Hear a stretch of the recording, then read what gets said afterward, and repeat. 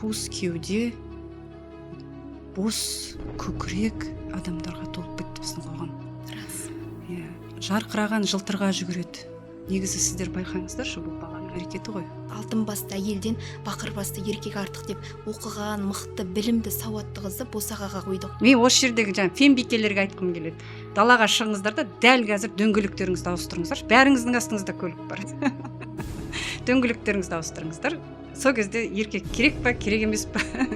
Ең бірінші бала көтерместен бұрын өзіңізде жаңағы сүйікті жарыңыз да екеуіңіз де бар. Қазір енді медицина дамыған заман чекап өтіңіздер. Қазақ тілін білмейсің екі, қазақ әдебиетін білмейсің екі, қазақтың тарихын білмейсің екі, есеп шығара алмайсың екі. Бір ғана сабақ 5 деп тұр екен, музыкадан 5. Осылардың барлығын білмесең неменене жетісіп ән салып жүрсің. Таспен атқыламақ тұрмақ тілімді кесіп тастасаңыздар да енді айтайын. Дәл қазір туған елінің, туған жерінің, тұрған жерінің тарихын білмейтін адамдар бар.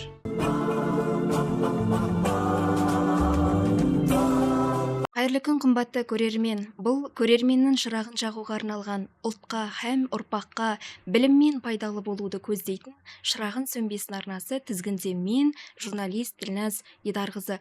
Бұл тақырып біздің студиямызда тұңғыш рет тілге тиек етілмек. Ұлт тәрбиесі, ұрпақ тәрбиесі, соның ішінде ұл тәрбиесі туралы сөз қозғайтын боламыз. Студиямызда қонақта педагог-психолог, кәсіби коуч Мира Ерланқызы. Мира ханым, студиямызға қош келдіңіз. Саламатсыз ба? Мира ханым, әуелі өзіңізбен таныссақ, жалпы бұл салаларға келуіңізді білсек. Педагогика саласына саналы түрде келген маманмын. Бұл салаға келу себебім бизнес жолында болды. Кәсіп, мамандығым негізінде қолданбалы математика ғылымдарының магистрі. Сол салада, бірақ біз 2000 жылдардың басында оқу бітіргеннен кейін жұмыс бола қоймады. Ол кезде енді бізде трайбалистік, таныс тамырлық деген өте жақсы дамып тұрған кез болатын.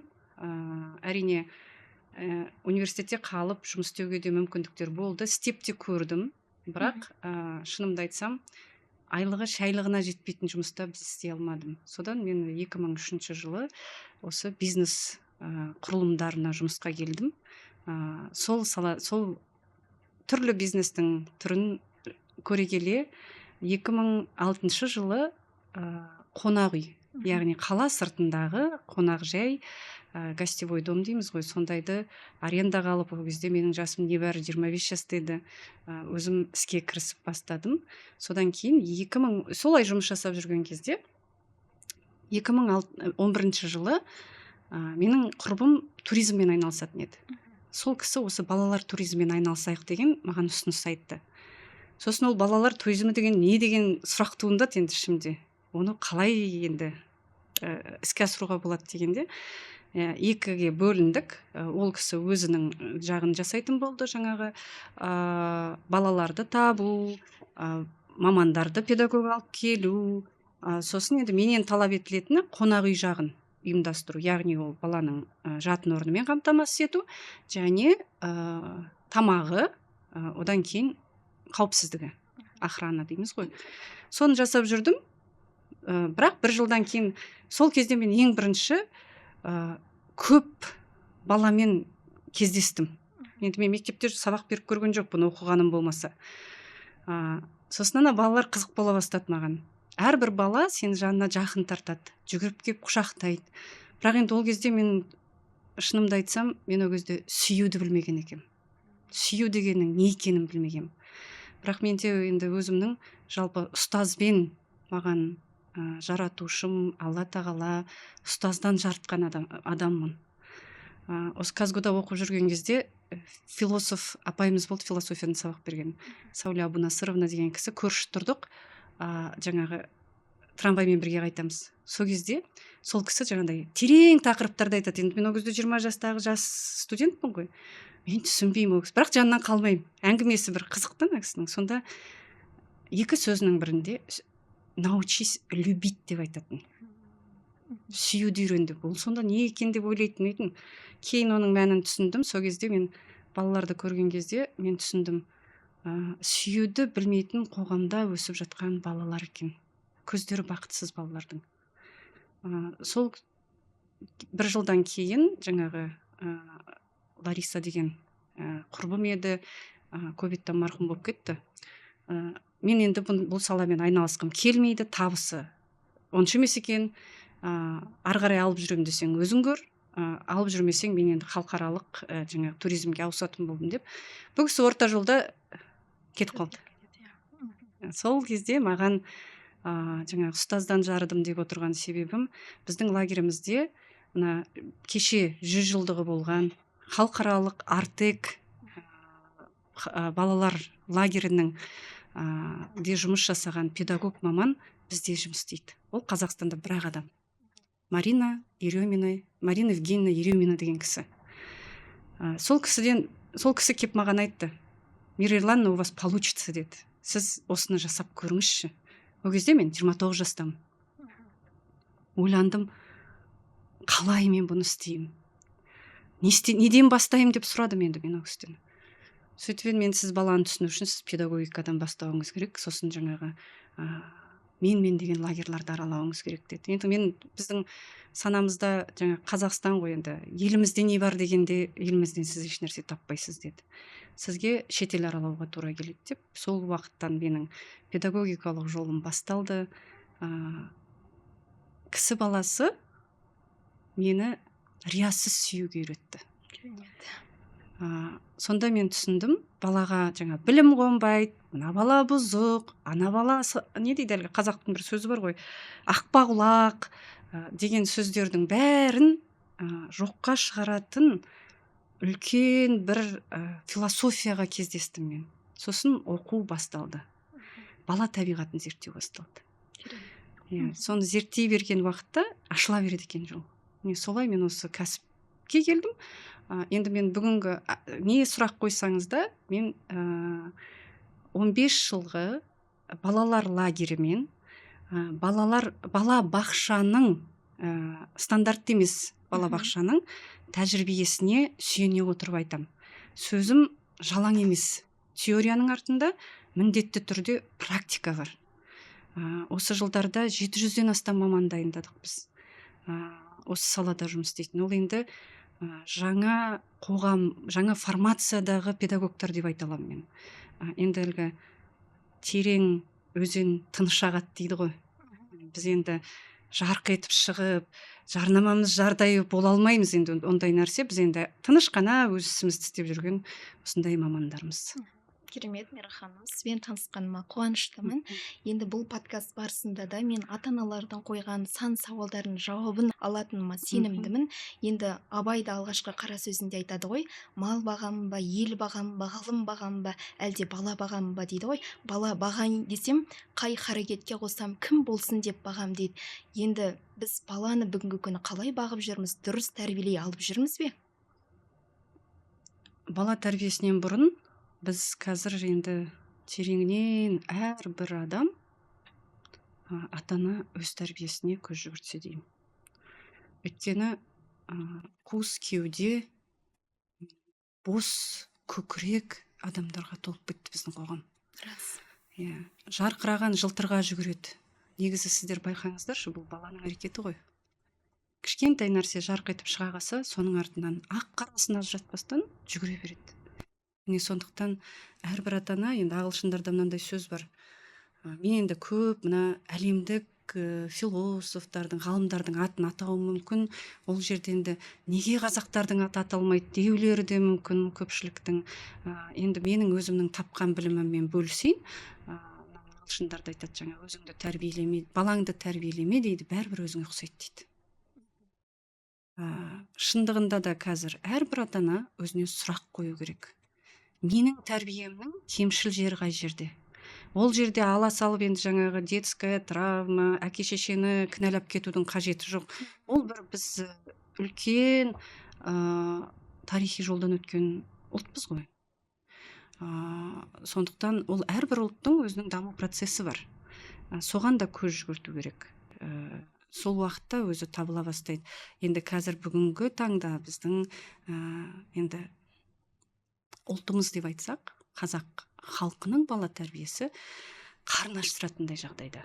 мен қазір бұл айтып отырған сөзімді бір мектептің аясында, әйтпесе бір ауылдың, бір қаланың аясында ғана айтып отырған жоқ. Мен бүкіл қазақстандық балалармен жұмыс жасағаннан кейін, ол бір ұлттың да аясында емес, ол Қазақстанда тұратын 100-ге жуық ұлттың бала шағасының тәрбиесін көріп, соны саралап, содан шығып жатқан пайым деп айтайыншы.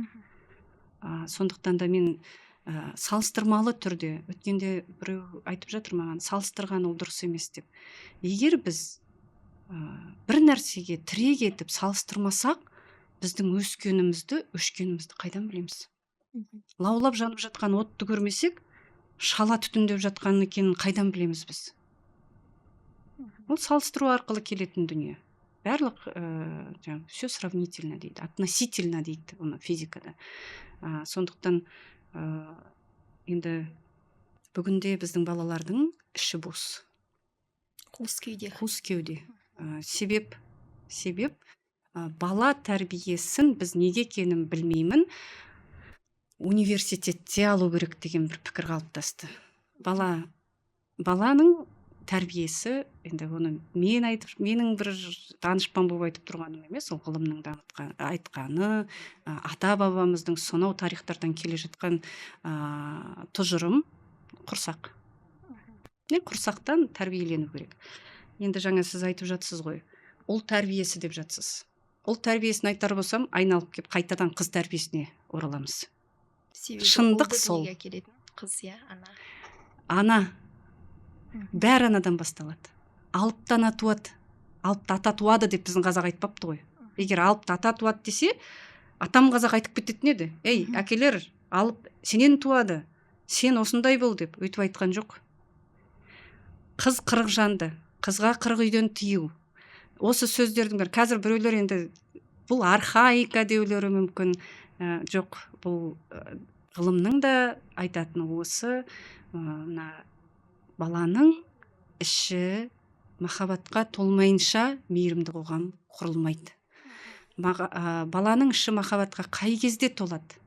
Ана махаббатты күнше шашып тұрған уақытта. Бізде өкінішке орай қазіргі аналардың сылтауы, мен сылтау деп айтам. Өйткені жаңағы ақша жоқ дейді, тағы да басқа нәрселерге сылтауратып жатады.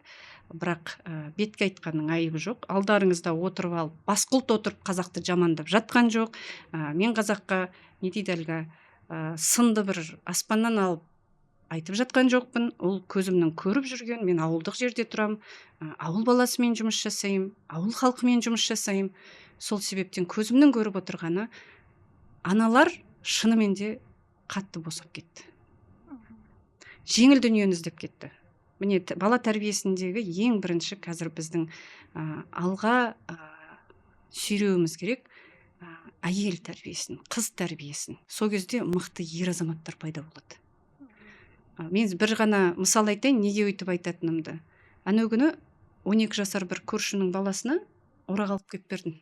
Енді құр жүреді жаңағы аулада. Сосын айттым, сен мынаны шөпті орақпен орып таста. Былай орасың деп көрсетіп берді. Мен педагог ретінде мен еш нәрсені тапсырманы жай бермеймін. Мен тапсырманы берсем көрсетіп, қалай қауіпсіз, қалай ыңғайлы, қалай тиімді екеніне дейін көрсетіп бергеннен кейін, бала жақсы деп қалды. Кешке келсем, тапсырма орындалмаған. Сосын енді менде сұрақ туындады. Баланы шақырып сұрадым. Өйткені берілген тапсырма орындалмаған деген сөз балада жауапкершілік деңгейі төмен деген сөз. Неге сен мынаны істемедің десем, мен ол жерде ұрысқан жоқпын, бір кейген жоқпын. Солай болды. Сонда жаңағы анасы ана жақтан жүгіріп кеп, болды, мен өзім істей салам. Қалай ойлайсыздар? Жауапкершілік бермеу секілді. Ананың ол балаға жауапкершілікті мойнына алуға кедергі жасап тұрғаны. Шамасы 12 жасар бала, ол тіршілікті істей алатын бала. Бізде кейде мынандай нәрсе айтады қазір, енді қазақтың анау күні бір подкастта сөйлегенімде, оқымаған кітап бірдеме деп айтып жатыр ғой, енді ол кітап емес, бұл кәдімгі қазақтың этнопедагогикасына жүгінсек те 13-те отау иесі деген сөз бар. 13-те отау иесі деген сөз адам ұрпақ өрбітуге ғана дайын деген сөз емес. Отаудың ішінде қаншама тұрмыс тіршілік бар. Соны игере алатын жасқа жетті деген сөз. Бұғанасы қатайды деген сөз. Белі байлаулы деген сөз ол. Міне соны мына ұл баласын еңбекке ерте араластырмаса анасы 40 жасқа дейін ол өзінің ғана несі емес, қазір айтайыншы, жаңағы бір ғана әулеттің әйтпесе отбасының ғана қасіретіне айналмайды ертең. Ол біреудің әп-әдемі қызын алады ертең. Сол қызды ерттеп мініп, жегіп алып, оны жүн жасайды. Сосын ол жүн болған қыз қайтып есі дұрыс ұрпақ өрбітсін. Дені сау, жаны сау. Көрдіңіз бе қайда тұр? Бір әйелдің қателігі, оны қазақ керемет айтқан. Кішкене жалпақ тілмен айтайын, ғылым тілімен емес. Бір қатынның кесірі 9 түйеге жүк бопты дейді қазақта. Көрдіңіз бе? Бір ана жақтан кеткен қателік, бір әйелдің қателігі. Ертең ана түгел өзінен өрбіген ұрпақ, ол тек қана өзі жалқы қалмайды ғой, ол ертең әйел алып келеді. Яғни басқа біреудің де тұқымын әлсіретеді. Нағашы жұртының да тұқымын әлсіретейін деп отыр. Ол ертең әлсіз баладан әлсіз бала туды. Міне сөйтеді, біз жаңағы қарызға батып, қит етсе жаңағы мына лудомания қазір қайдан шығып жатыр. Сосынан өгіні мынау қаңтардың жағдайын айтайын. Қаңтарда мысалы сойылын соғып, мысалы менің өзімнің отбасымда енді жаңа военный деп айтамыз ғой, әскерилер көбісі, дәрігерлер, халыққа қызмет етіп жүрген адамдар, олар енді халқына ары қарай қызметін жасайын деп жұмысқа барды. Ал енді біреулер жай ғана көру үшін барған деген. Не болып жатыр, қызық болып жатыр ма? Қызық көру үшін барды ғой олар. Міне осы нәрсенің бәрі ішкі бостықтан болып жатқан дүние. Өйткені кеңес дәуірінен кейін тарихқа жүгінсек, ашыла салған уақытта мынау шекара ашылды. Енді қазір ол кеңес дәуірінде біз кінәлай алмаймыз. Қазір міне мына кішкентай қара нәрсе, мына нәрсе ғаламды ашып беріп отыр ғой. Біз қазір бұған шектеу қоя алмай отырмыз. Бұл жерде жаңағы түрлі адамдар шығып, неше түрлі нәрсені насихат жүргізіп жатыр. Міне соның бәрін көріп жатырған балалар ақ қараны ажырата алмайды. Ал ақ қараны ажырата алатын бала адам жалпы құрсақтан тәрбиеленеді. Оны тәрбиелейтін ана. Оны тәрбиелейтін ана. Енді анаға келетін болсақ, бұл жерде тағы да айта кететін нәрсе, біреудің қаршадай қызын келін қылып үйге алып келді. Ол өз елінде өзінің бір микро әлемі дейікші, сол жерде өз тәрбиесімен, өз менталитетімен, өзінің мәдениеті бар отбасынан басқа отбасыға келді. Бөлек әлем. Бөлек әлем. Ол ана жақта басқа микроәлем. Гүлді де бір гүл дүкенінен сатып әкеліп үйге қойсаңыз, ол адаптация жүреді ғой. Сол жерге келгенде тәрбиелей алып, қасына қызын өзіне тартқызып, жаңағы енесінің топырағынан жарата алмай отырған енелерге байланысты. Көрдіңіз ба? Ене әйел ғой.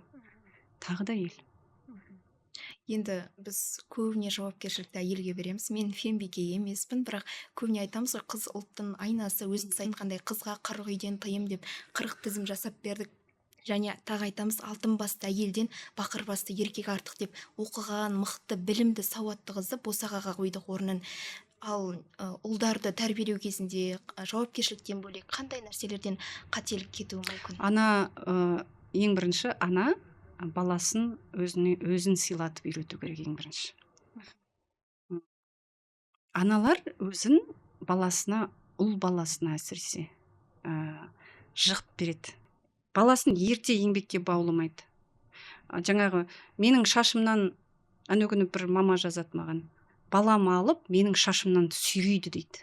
Сосын мен сен не істейсің енді дедім, енді сүйретіп қойып қарап отырасың ба десем, енді ұруға болмайды, ұрсуға болмайды деп айтты. Сосын енді осылай гуманистік жолмен, демократиялық жолды бізде қате түсініп алған. Ол дегенің шекара қоюдан басталады. Яғни ана егерде жаңағындай нақты өзінің отбасында орны болса, әйелге жабу емес бұл жерде.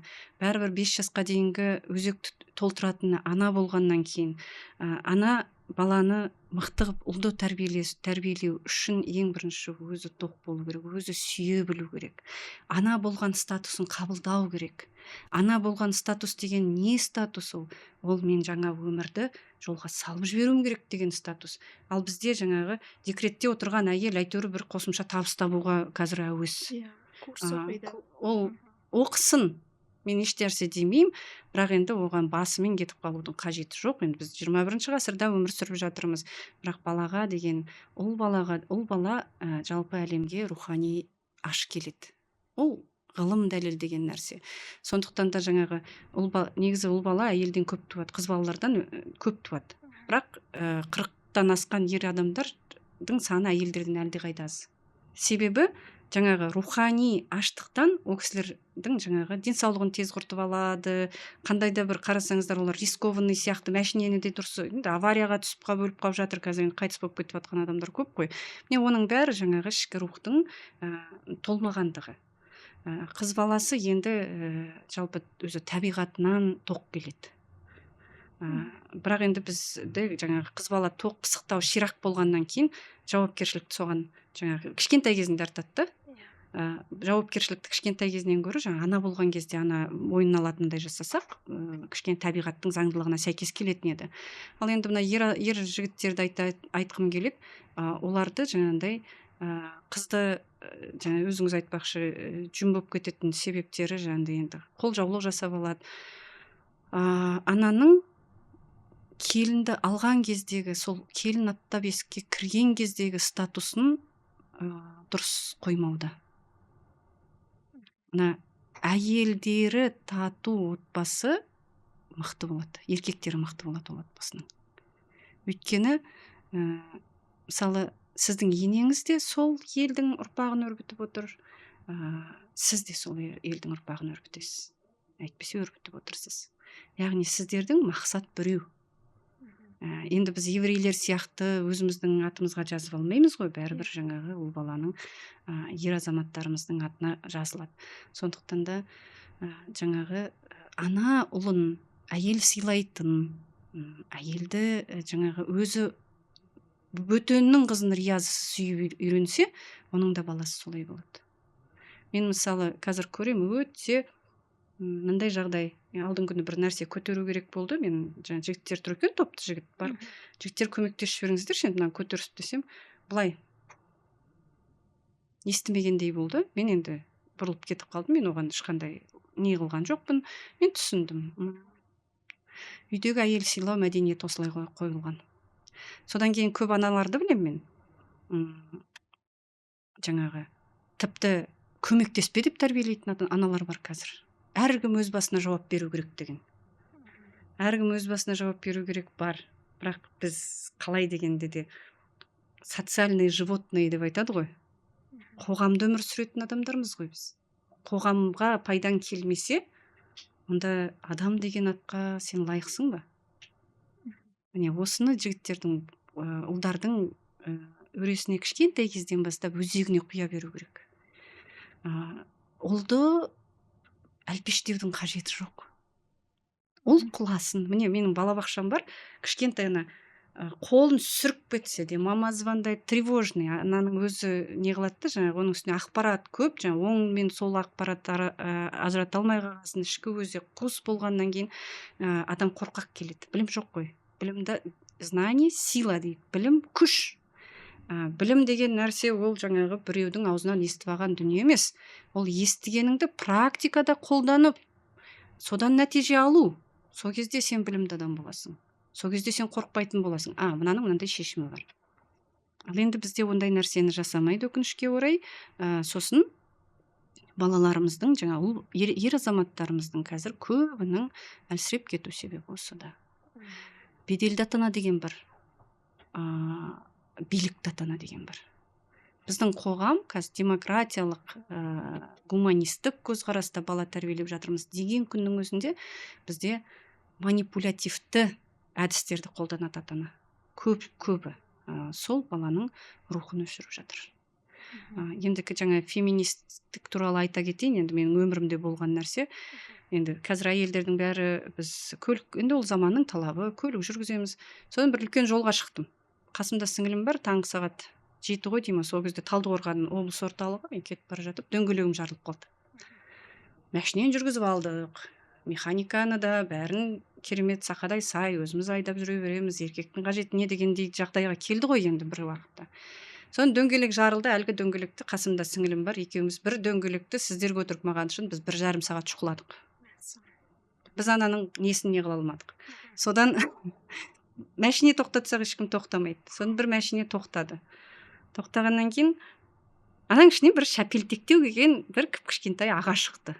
Менің апам айтатын баяғыда шегірткенің айғыры деп. Андай кішкентай кісілерді, ер кісілерді көрсе. Сол кісі шықты да, не болды қыздарым деді, осындай болып тұрмыз аға деп едім. Алды да жаңағы кісі жасы егде, өзі кішкентай. Дөңгелегімізді 5 минутта айырбастап берді. Мен сол кезде жаңағы алтын басты әйелден бақыр басты ер артық дегенді мен сол кезде түсіндім. Мен осы жердегі жаңа фембикелерге айтқым келеді.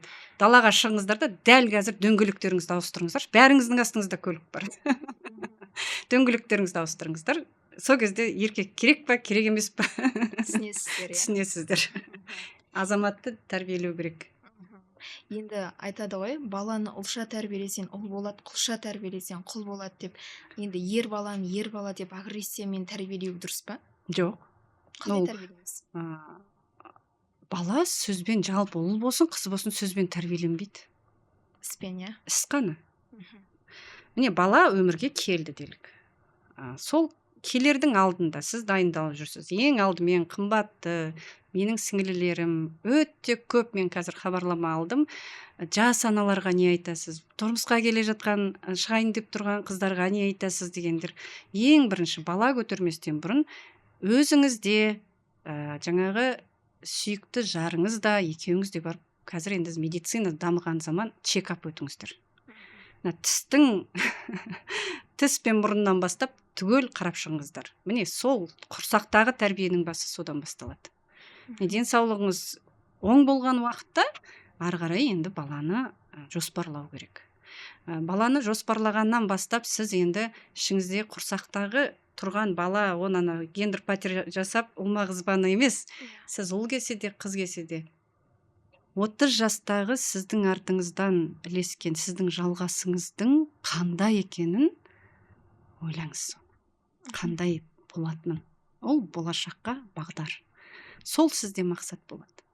Міне, біз туғаннан кейінгі жаңа ойбай өсіруі несі жаңағы қиындау өтіп кететін себебі біз ананың өскенін көруді алыс екен деп ойлаймыз да, ол жап-жақын, көрінген таудың алыстығы жоқ. Ішке біткеннен кейін мен ылғи айтам, ішке бітіп алу керек екен, біткеннен кейін шығып алу керек, шыққаннан кейін өсіп кетеді деймін да, әйтеуір. Міне сол күнде жаңағы ағза бәрін не қылу керек. Міне осы жерде мына ата енелерге айтатыным, қазір мына ене келінмен арпалысқан заман бар. Ол мысалы мынандай енелер бар. Енді менің де қатарластарым қазір ата әже болып отыр ғой. Бізде көрдік қой осыны, ол да көрсін дейді. Көкем ау, сенің енеңнің 4 класстық білімі болды. Ол байқұстың көрмегені жоқ қой қасіреті. Жаңа соғыс заман болды, әртүрлі жаңа көшпелі десе де қазір неше түрлі қылып айтып жатыр, оны да көшпелі болғанда енді ауып кеткенде қазақтар болды ғой елден елге. Не сондай бір қиын замандарда бала өмірге келді, олардың жаңағы нервтері дейміз, жүйке жүйелері әлсіреген адамдар. Ал енді сіз қазір көзіңіз ашық, көкірегіңіз ояу, 10 жылдық білімнің үстінде 20 жылдық неше түрлі жоғары оқудың 5-6 дипломы бар деген сияқты. Келінмен тайталасудың қажеті жоқ. Үйге келгенде менің баламның үстіне бала қосылды, ұрпағымды өрбітетін адам келді деп қабылдап жағдайын жасау керек. Енді оны түсінетін келін бар, түсінбейтін келін бар, түсіндіруге тырысу керек. Ол енді ол жерде келіннің, ененің жақсылығын түсінуі, ол енді ананың құзыретінде тұрған нәрсе. Ал енді жаңағындай ұл баланы екеуі екі жақтап, жаңағы әйелі бар, енесі бар, екеуі тәрбиелеп алады оны, жаңағы күйеуді. Көзіміз көрді ондай нәрсені, енді мен бір 18, 20, 25, 30-дағы адам емеспін ғой. Мен енді жаңағы енді 60-қа келіп өмір көріп қойдым демесем де, 40-тан асқаннан кейін адам уже алды артын оң солын ажырата бастайды. Міне осы тарапта міне келіннің жағдайы, ішкі жан дүниесі тыныш болу керек. Енді келін мен енені айтып жатырмыз ғой, ал әкенің рөлі ше, әкенің тәрбиесін бір мектеп бере алмайды дейміз. Ешкім бере алмайды. Иә, Әке ол әке арқа қалай сүйеу. араласу керек? Әке асқар тау ғой. Әке деген нәрсе, мысалы біздің өзіміздің әулетімізде мен бұндай нәрсені айтуға қандай құқың бар деген бір сұрақ қойылуы мүмкін ғой. Мен өте үлкен мектептен өттім. Менің әулетім өте үлкен әулет. Енді үлкен аталарымыз 2 атадан 8 ұл тараған екен. Одан кейінгі менің мына әкелерімнің не қылғаны, менің әжем ғасыр жасады. Ол кісі 6 ұл туған. 6 келін алып, соның 4-еуін бір шаңырақтың астында ұстаған кісі, сыйдырған кісі. Сондай үлкен бір мектептен өттім десем болады бала күнімнен. Оның сыртында жаңағы міне бір қаймағы бұзылмаған ауылда абысын ажындардың татулығын көрдім. Сол мысалы біздің өзіміздің әулетімізде, біздің туған туыста, тұқымымызда деп айтайықшы, жаңағы қазір двоюродный бірдеме деген нәрсе жоқ. Бізді мысалы ересектің бәрі тәрбиеледі. Мысалы менің балама тиіспе, бұл тек менің балам деп айтқан жоқ. Бәрі мысалы абысынның баласына көңіліне келтіріп қоймай, ақырындап мені де тәрбиеледі. Менің шешем қайынсіңлілерін де тәрбиеледі. Міне сондай бір, қалай айтсам екен, благоприятный микроклимат, құнарлы топырақ. Міне соны жасау әйелдердің қолында. Енді әке ол асқар тау. Тау ол жылжымайды ғой. Тау қозғалмайды ғой. Таудың сіз жаңағы величие деп айтады ғой, ұлылығына қарап сіз таңғаласыз ғой. Сұлулығына қарап таңғаласыз. Таудың бір жай тұрғанының өзі бір ғанибет қой. Міне әке деген сондай болу керек. Әкенің аузында бейпіл сөз болмау керек. Әке қазаншы болмау керек. Әке базаршы болмау керек. Егер түп тұғиянында жаңағы қазақи тәрбие десек. Ал енді қазіргі тәрбие десек, әкенің бойында қасиет болу керек. Кие болу керек. Мына балаға жаңағы берері әкенің, ана баланың ішкі жан дүниесін толтырса, әке сырты. Әке мал таппаққа жаралған. Баланың қарны тоқ болу керек. Шеше іштен рухани тоқтығын жасап отырса, әке қарынды тоқтау керек. Жалқау әке болмау керек. Қазір бізде жаңағы диванда жатып комментарий жазатын папалар көп. Соны көрген ұл бала соны істеп жатыр. Ана күні бір бала шыға сала айғайлайды. Неше мен оны инстаграмыма жаздым. Әдемі сөздердің 5 этажынан жіберіп жатыр жаңағы енді боғауыздан. Содан мен тұрмын қасында. Ана бала саспайдан айтып тұр, енді кішірек, 7-8 жаста. Сосын шақырдым. Көкеп келе ғой. Сен қазір не деп айттың десем, менің бетіме тіке қарап тұрып, жаңағы сөздің бәрін қайталап берді. Сосын сол кезде мен түсіндім. Баланың ол сөзді түсінбейтінін, мағынасын. Сосын сұрадым, ол не дейді? Бұл сөз өзі не мағына береді десем, әкем айтады дейді. Үйдегі естіп жүрген сөз күнделікті ауызекі тілде, сол мәдениет ол үйде қалыптасып тұр ғой. Сондықтан бала ата-ананың айнасы. Сіңіріп алды. Сосын сол жаңа жасақтың балаларын түгел жинап, ақырындап сұрадым, кіші жасақ. Мына сөз не қандай десем, біреу кішкене бүйтіп ялыңқырады, ол жаман сөз деді, айтуға болмайды деді. Біреу былай, біреу, ой, менің мамам оны күнде айтады деді. Не дейсің енді? Сондықтан жаңа баланы тәрбиеде міне әке. Енді жалқаулықты негізі жаңағы әйел заты табиғатында енді қазір енді жалқау болып кетпесе, табиғатында еңбекқор ғой. Енді жаңа бала туады, оны емізеді, жыбыр-жыбыр жұмысы бітпейді әйелдің. Ал енді қазір ер кісілерге мына қала урбанизация өте қатты кері әсерін тигізіп жатыр. Қол еңбегі жоқ. Қол еңбегімен айналыспаған ер адам ол кішкене осалдау келеді. Нақты білімі жоқ ер азаматтар көбейіп кетті.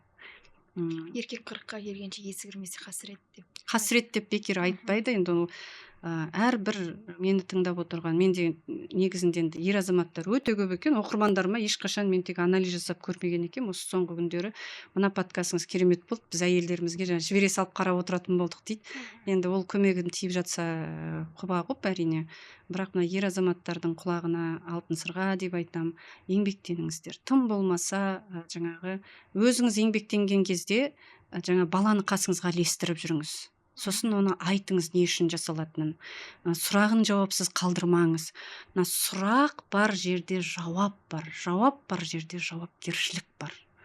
Жаңағы бізде психолог, коучтарға барып жатады ғой қазір. Оларға бір сұрақтарына дайын жауап беру керек сияқты. Жоқ, ол құзыретіне кірмейді ондай мамандардың.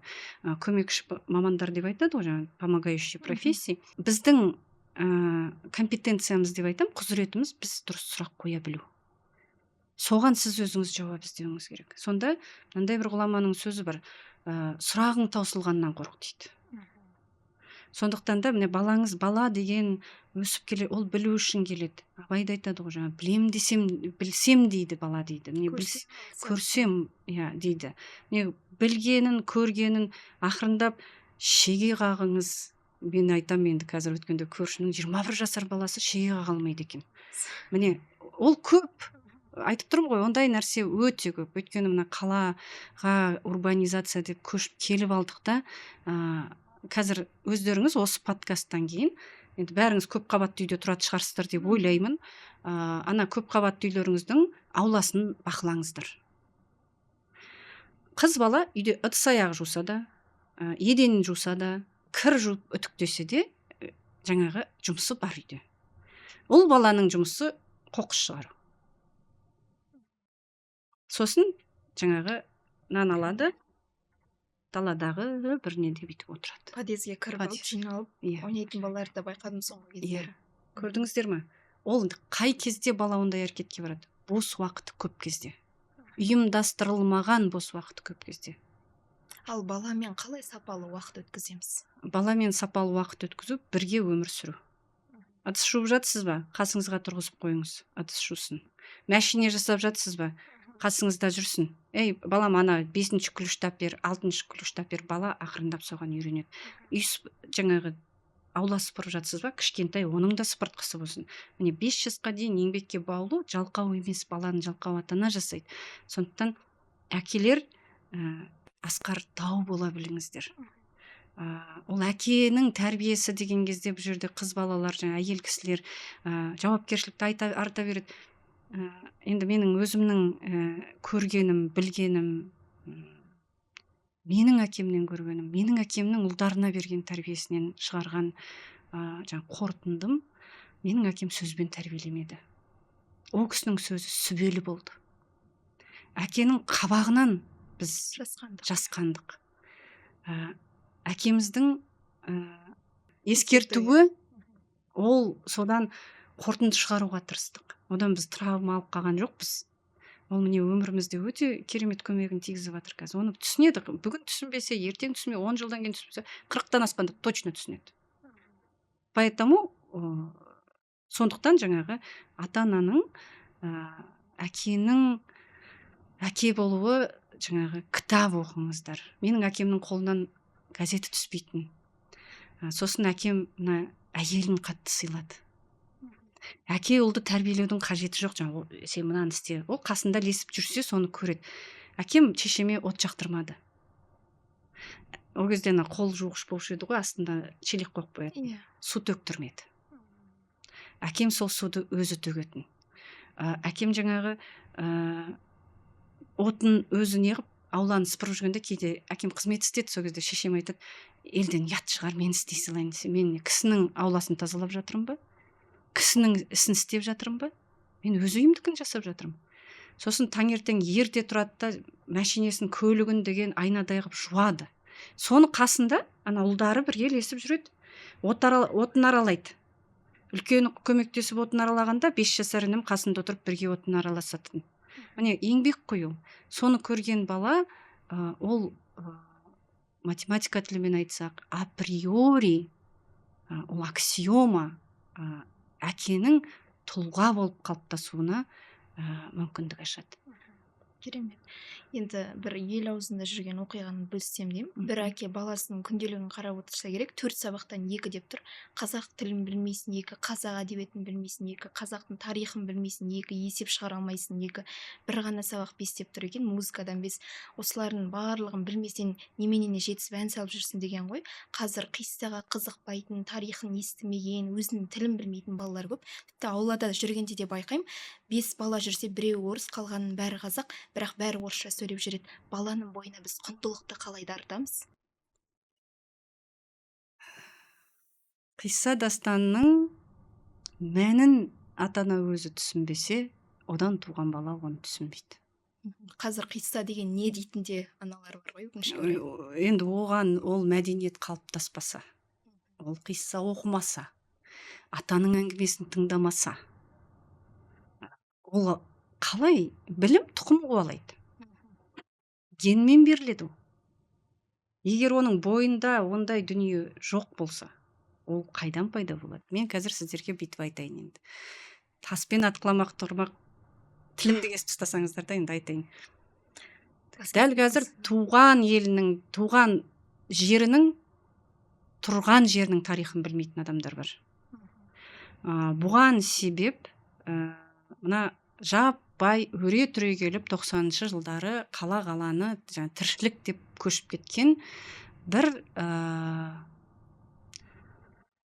енді пласт деп айтамыз ғой, адамдар бар. Ол кезде ол кісілер сол 40-тың ішінде болды. Ол енді менің әке-шешемнің қазіргі ақсақал болып отырған кісілер. Бәрі қалаға тіршіліктің артынан келді. Ауылда неге екенін білмеймін, тіршілік жоқ деген ұғым қалыптасты. Сөйтті де көп адам көшіп кетті қала жаққа қарай. Сосын олар келді де, ана өздері кеңес дәуірінен енді шыққан. Олар еңбектенген адамдар ғой күнделікті.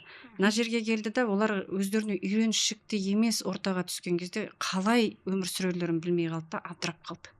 Сол кезде қазір мен айтып жатырмын, ол кісілер өте жақсы материалдық база жасады, платформа дейміз. Ол бірақ жалаң дүние, өйткені олардың кітап оқуға уақыты болған жоқ. Олардың жаңағындай бір рухани кешке қарай бала-шағасын дастарханның басына отырғызып қойып, мамыражай жайсаң әңгіме айтатын уақыты болған жоқ. Өйткені жаңағы барахолкада тәшкі сүйреді, бір жерде тағы бірдеңе істеді, сөйтіп келді да, бір ұрпаққа өмір қиын деген тұжырым пайда болды. Өмір сүру қиын деген. Сол заманда енді менің өзімнің көргенім, мен ауылдың қызымын. Нарынқол деген жер бар. Бізде ауылда көшпеген кісілер болды. Мен әкеме күлетінмін, бізде үлкен үйде кітапхана болды. Мен папа біздің қарнымыз ашты десе, кітап оқыта беріпсің ғой дейтін. Сол кезде кешке қарай отырып біз, ол кезде телевизор жаңағы, мен күлем ғой, қара телевизор. Ол жерде Марат Бейсенғалиев скрипкада ойнап концерт беретін. Біз соны тыңдайтынбыз. Біз қалаға көшкен жоқпыз. Біз жалдамалы пәтерден пәтерге көшіп жүрген жоқпыз. Біздің қара шаңырағымыз, сол қара шаңырағымыздың ішінде отымызды жағып, ауылдың халқы аш қалған жоқ. Картошкамызды егіп, сол картошка нан болды, сол картошка киім болды, сол картошка бізде өспейтін помидор, қияр болды бізге. Малымызды бағып, сиырымызды сауып, құрт маймен кітабымызды оқып, ауылдағы мықты, мен оқыған мектепте ең мықты мұғалімдер. Қазір енді облыстық, республикалық, халықаралық олимпиадалардан ништа оқығандар, билда оқығандар жеңімпаз атанады ғой. Біздің мектептен, Шалкөде орта мектебінде оқыған азаматтар қазір институтта бәрі сабақ береді, көпшілігі.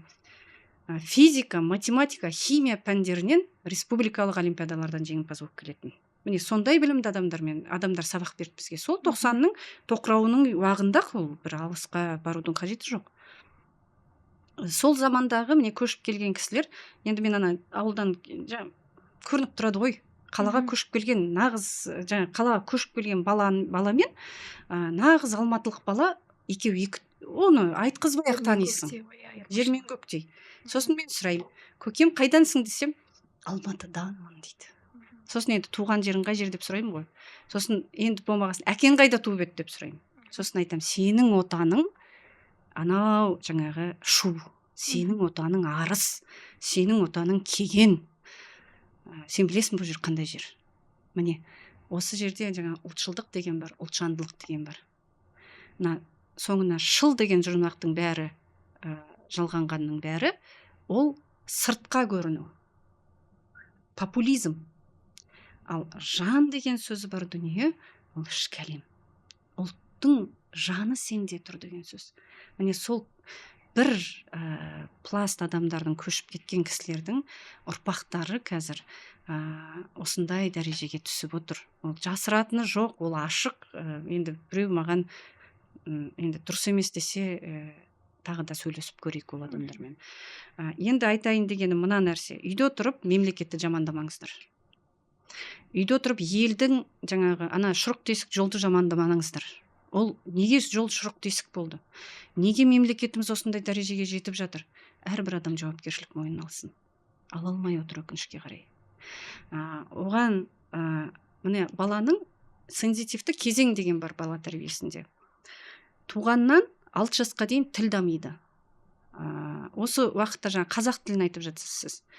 Үйде қазақ тілінде ата-ана сауатты сөйлемесе, баладан тілді талап етудің қажеті жоқ.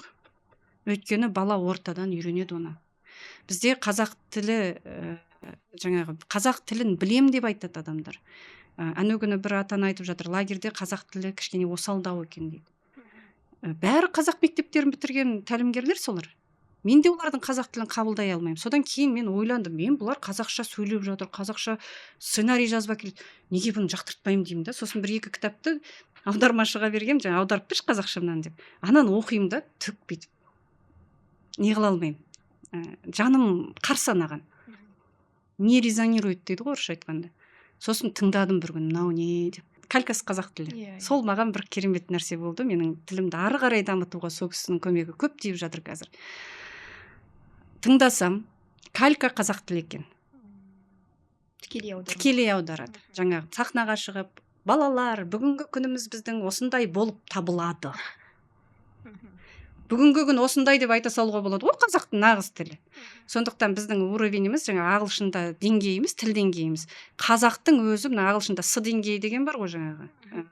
Біздің қазақтың өз қазақ тілім, біздің нағыз қазақтар, қазақ мектебінде оқыған қазақтар қазір пре-интермедиат деңгейінде оқып жатыр. Жаттанды болып кетті.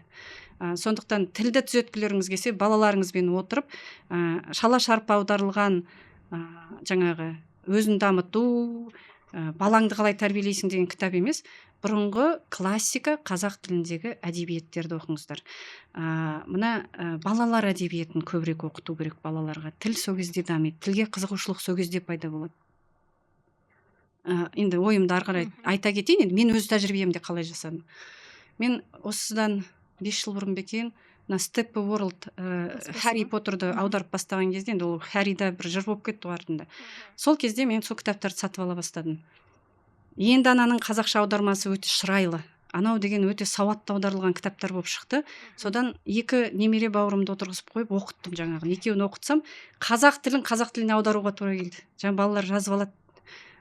Қаужайлау деген сөзді білмейді. Мені мама дейді олар. Мама, қаужайлау деген не сөз дейді. Сосын қаужайлау деген жаңа орфографиялық үйде сөздік бар. Соны алып екеуміз талдаймыз. Бұл мынандай сөз.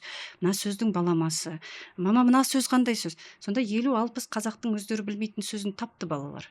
Содан кейін қазір енді бақыласам, олар өте қызық аударады сол кітаптар. Руал Далдың кітаптары, сосын кейін мен Жюль Верннің кітаптарын, мазмұндама аударған кітаптарды берем, ананың бәрін оқып алады да, тілдері олардың калька емес. Сондықтан да неге олай болып жатқанын тағы да бір ғылыми тілде түсіндіріп кетейін. Орыс тілі жеңіл тіл.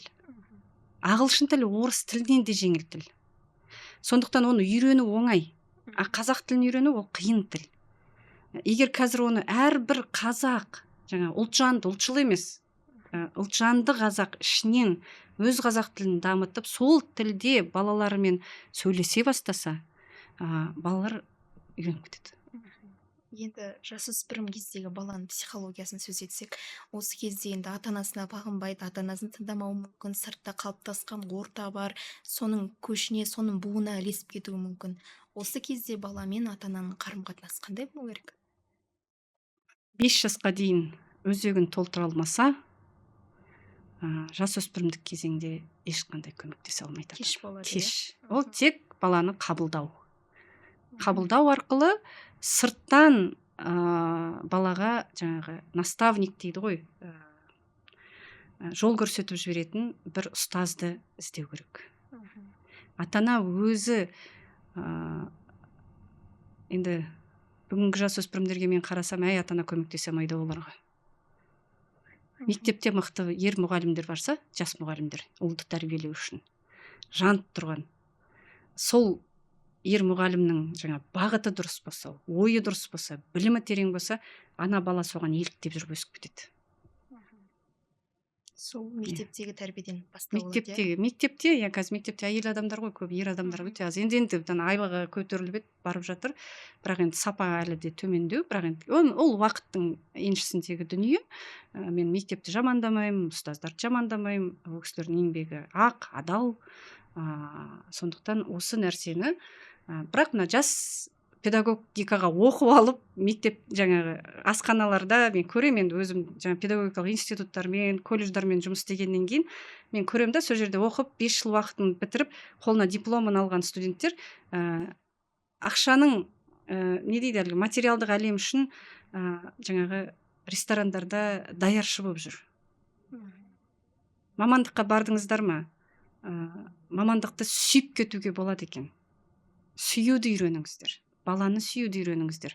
Мамандықты сүюді үйреніңіздер. Мен айтамын ыдыс жуғыш қыздарға да. Мына кесені жуып тұрып, тек осы кесе туралы ғана ойлап тұрып жушы деймін ғой.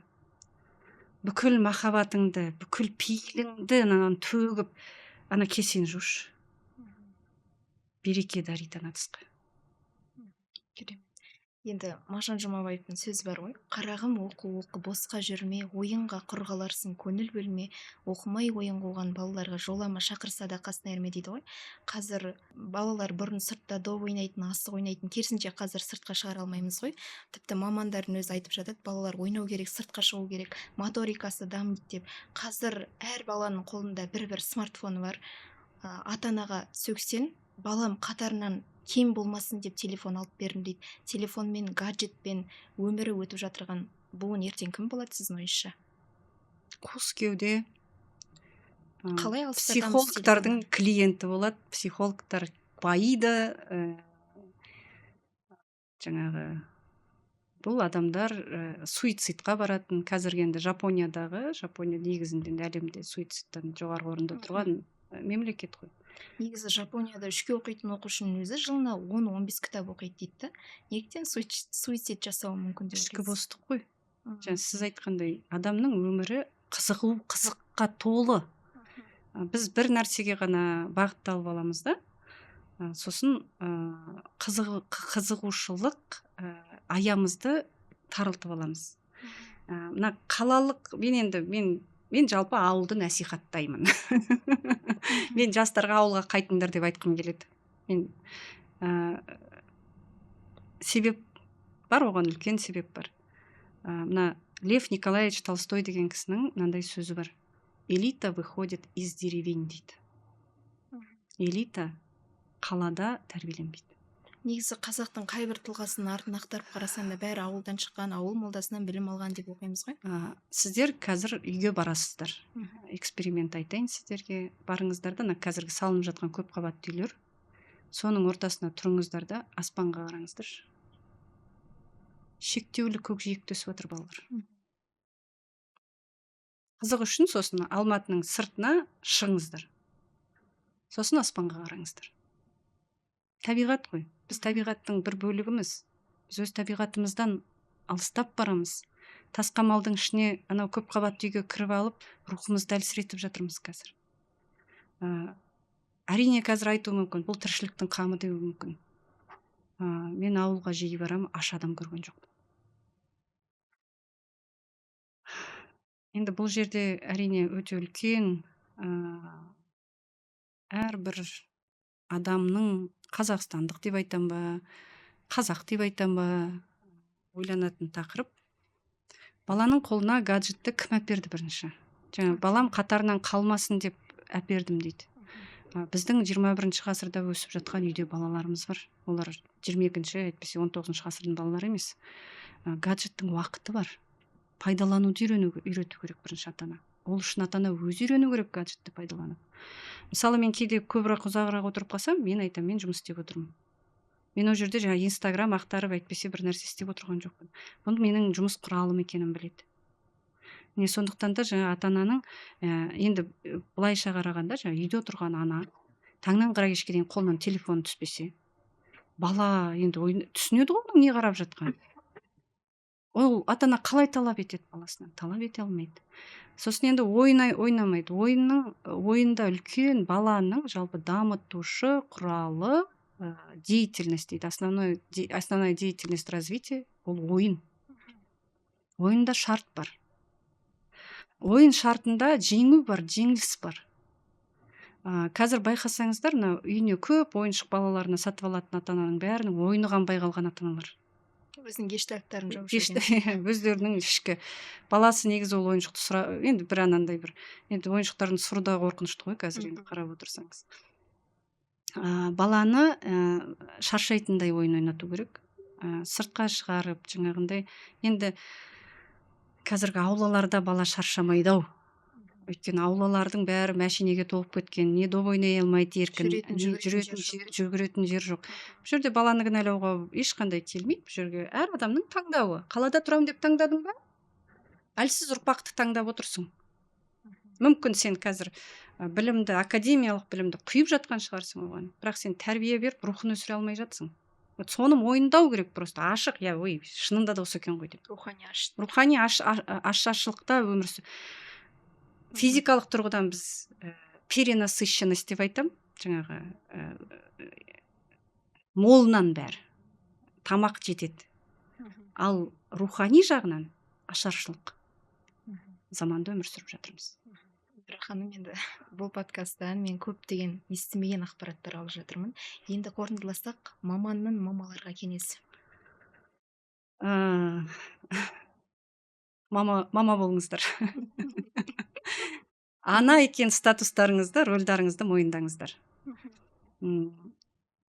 Мысалы, сіз кішкентай қыз болып дүниеге келдіңіз. Сіздің бірінші рөліңіз ата-анаңызға баласыз, қыз баласыз. Сосын ата-әжеңізге немересіз.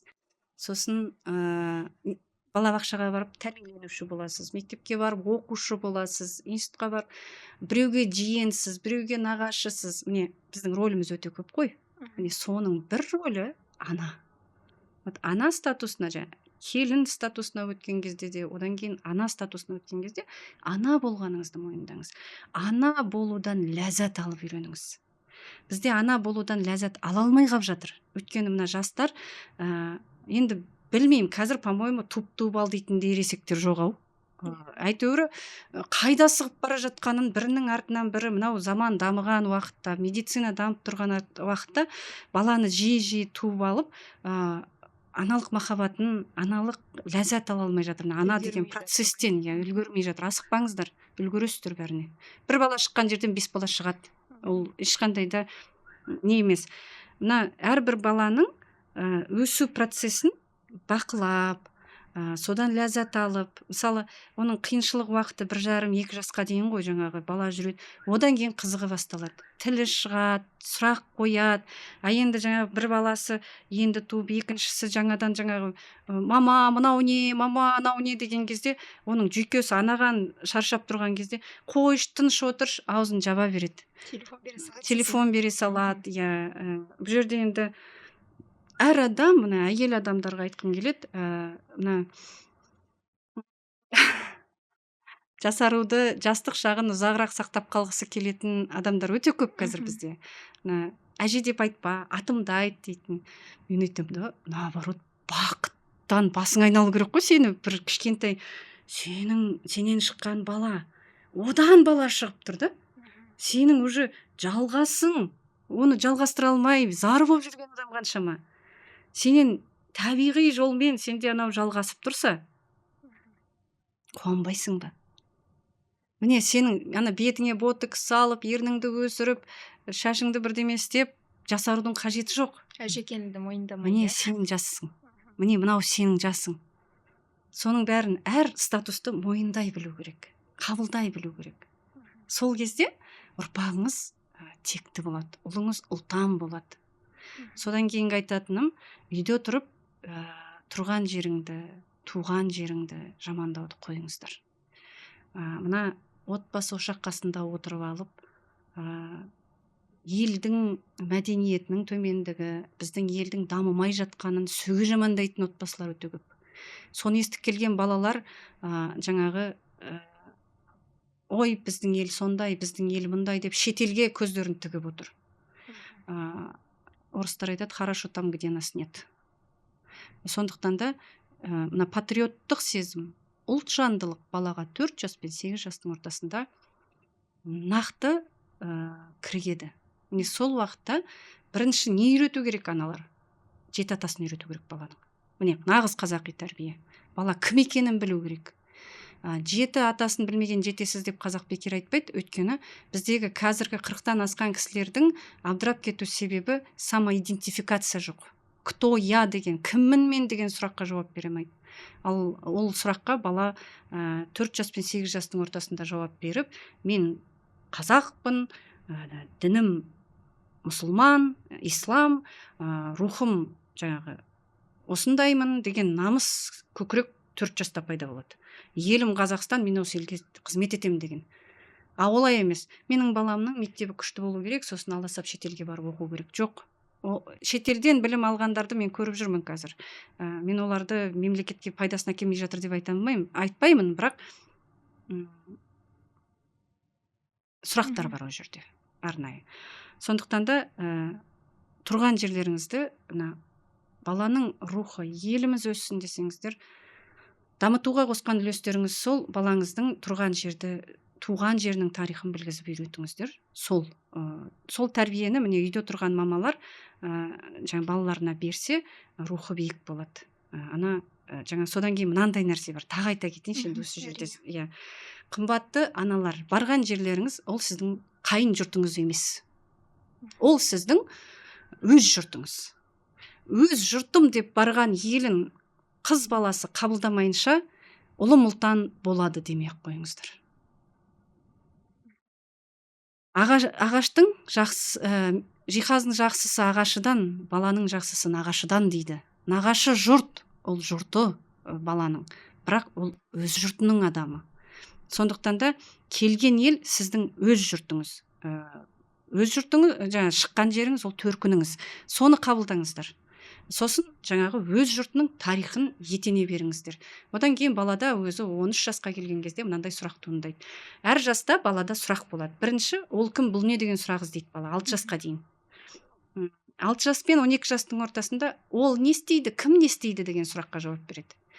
12 мен 18-дің ортасында мен кіммін деген сұраққа жауап береді. Сол кезде жаңа 4 жаста нақты балаға құйылып қойған жаңағы қиссадастан сол уақытта оқытылу керек. Қиссадастан 13 жаста өтпейді. Қиссадастан міне осы кезде, өйткені ол ертегіге сеніп, есі кетіп, жаңағы жоқ дүниеге сене алатын уақыты бар. 13 жастағы бала ол ғылымды біліп алды, жаңағы білімі бар бала, ол ондай көп дүниеге сене бермейді. Сондықтан осы уақытта жаңағы одан кейін жаңағы 18 пен 24-тің ортасында қалай пайдалы бола алам деген сұраққа жауап береді адам. Сонда міне жаңағы мамандық таңдайтын уақыт. Еліме қалай пайдалы, өзімнің микро әлеміме қалай пайдалы бола алам, менің әулетіме қалай пайдалы бола алам деген сұрақ міне 18 мен 24-тің ортасы. Осы уақытта мен жалпы айтар едім, жоғарғы білім алған кезде балалардың, жалпы жастардың осы қалыптасатын уағында отанда білім алғаны дұрыс.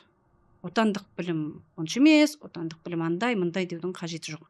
Бір жақсы бізде вуздар бар, жақсы, мықты жоғары оқу орындары бар. Қазір тіпті дамып жатыр. Міне отандық білім. Одан кейін магистратура, қосымша білім, дамыту білімін шетелде ала берсін. Өйткені өзек 24 жасқа дейін қалыптасады. Соны толтырып, әр этапына салып, толтырып алса, әрбір қазақтың анасы дана, барлық қазақтың баласы дара болар еді. Керемет, Мира ханым. Бүгін студиямызға келіп, осындай бізге сүбелі сұхбат бергеніңізге алғыс айтамыз. Құрметті көрермендер, подкаст ұнаса лүпіл басып пікір жазуды ұмытпаңыздар. Келесі кездескенше аман, сау болыңыз.